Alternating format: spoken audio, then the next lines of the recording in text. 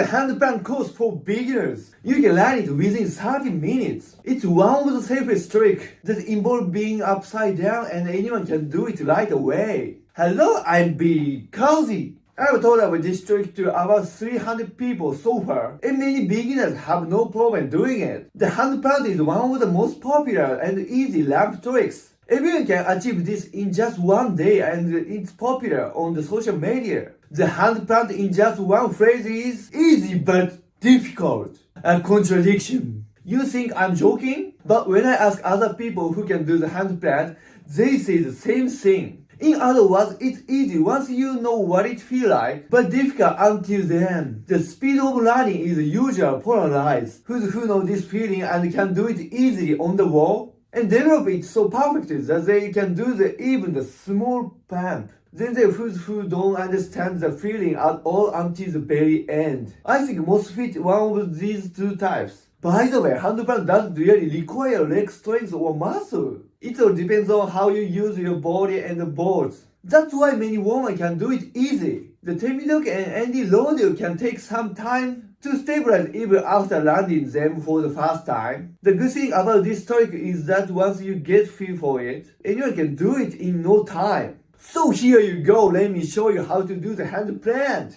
Before we start, you know what I say, don't you? The most important thing is the vertical flip. Say it together. Find the right place. And this time, we are not talking about the soft powder. The shape of the wall is very important for the handplant. This is more important than the use of the board. The ideal wall shape is vertical. If it is an angle, it will be difficult. If there is a wall of over 90 degrees on the slope, everyone can do the handplant right now. But if there is no such a wall, you need to find a wall as close to 90 degrees as possible. A small half pipe would be ideal, like this one. Now let's start the handplant course. Step 1. Hands on the wall. Sounds easy, but at first, you won't even be able to touch the wall. If you watch this wall video, you'll be able to do it to some extent. But try having a friend to do it who haven't tried it before. It goes something like this, and he'll end up on the other side of the wall, and he can't even come back. I'm terrible low. That's why I said it first. It's important to try it on the wall, just so that it won't happen. If you are afraid to do it on the wall from the beginning, you can do it on the flat ground. Stop like this, put your hands on the place where the board was and raise the board a bit. As we talk about in the Timid course, it is also difficult when starting. First, practice to fall down with your weight on one foot, then gradually use the board and put it in on your hands. By the way, this is not necessary to carry it on the handstand at all. Those tricks are 10 times harder than the handplant. So if you can do those, you can do a handplant without a wall. It's a trick called the ground handplant. You can use the carrier for timid dog and handplant and hand loader and many other things. So while waiting for your friends, just keep trying to the carrier. It's a little difficult, but you'll be able to do it in one season. You can do it on a flat ground like this. Try the same movement on the wall. You'll definitely go up higher than on the flat ground. Next, the most important thing, step 2, vertical, vertical, vertical.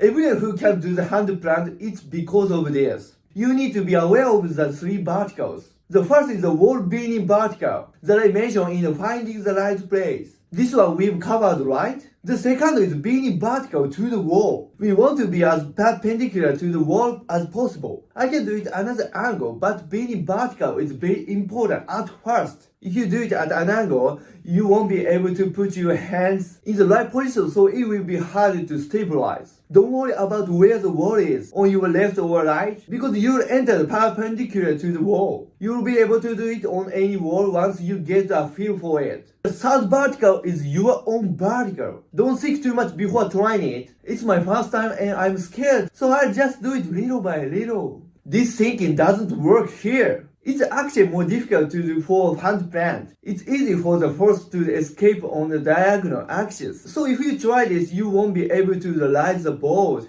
For the same reason, try it like a handstand is also not good. If you try to stand upside down, the ball will shift and you won't be able to use the tip of the tail. At least both hands should not be on the ground at the same time. That's why everyone should lower their head as if doing a side roll at first. The ball goes completely straight up. Aim for this angle. If the ball doesn't go straight up but sideways, it's okay. Being able to get it up at all is an achievement. It's important to get the ball up even a little at first. If the ball is not going up at all, it is pointless to focus on the other thing. Once the ball is up a bit, you can get it figured out by adding a little more speed or lowering your head faster. After you have raised the ball this far, you can bring it down early or do a complete side roll. The only mistake you can make is falling on your back. Still, if you can do this, you are close to success. After that, you can grab and aim for what you think is the coolest shape. I personally think that if you can do the hand plant, you should try for the no plant before the practicing grabs. You feel like you can't? It is surprisingly easy if you can do the hand plant. In fact, you don't even need to be able to. I'll give a course if there's a request for it. I definitely want everyone to try the hand plant because it shows individuality. If you know the feeling, you can do the hand plant even if you are tired because it doesn't require muscle strength. If someone sees this trick, did you see that? Amazing! You can be popular on the slopes and it's rather easy. In this case, if you do a little such, you'll find that many people can do that in one day. The youngest person I taught was a beginner who has 8 days into snowboarding. Even so, he was able to do it. Do you still think I can do it? There's no way someone like that would have watched this video this far. Seriously, you can do it! It's a 3D trick, but you don't have to have a powder day to do it. And it's the safest vertical trick you can do. Vertically. Don't be afraid to fall and fail. You can't grow without falling. Give it a shot! This is advice from me, who falls the most on the slopes. Have a nice wall trick life! Bye!